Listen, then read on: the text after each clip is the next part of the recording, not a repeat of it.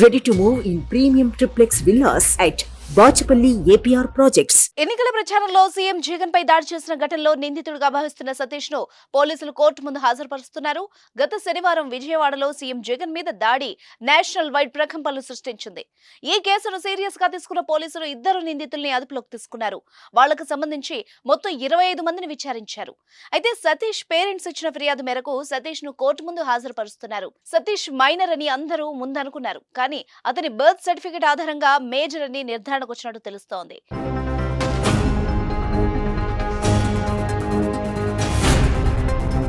ఈ కేసులో bike mechanic ఇచ్చిన సమాచారంతోనే నిందితుల్ని పోలీసులు పట్టుకున్నట్టు తెలుస్తోంది.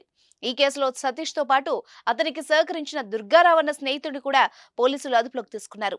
అయితే దుర్గారావుకు రాజకీయ కోణం ఉన్నట్టు తెలుస్తోంది.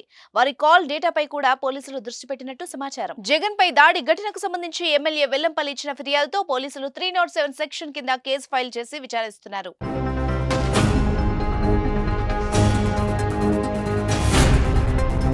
సుమన్ టీవీలో మీ పర్సనల్ అండ్ బిజినెస్ ప్రమోషన్స్ కోసం కింది నెంబర్కి కాంటాక్ట్ చేయండి.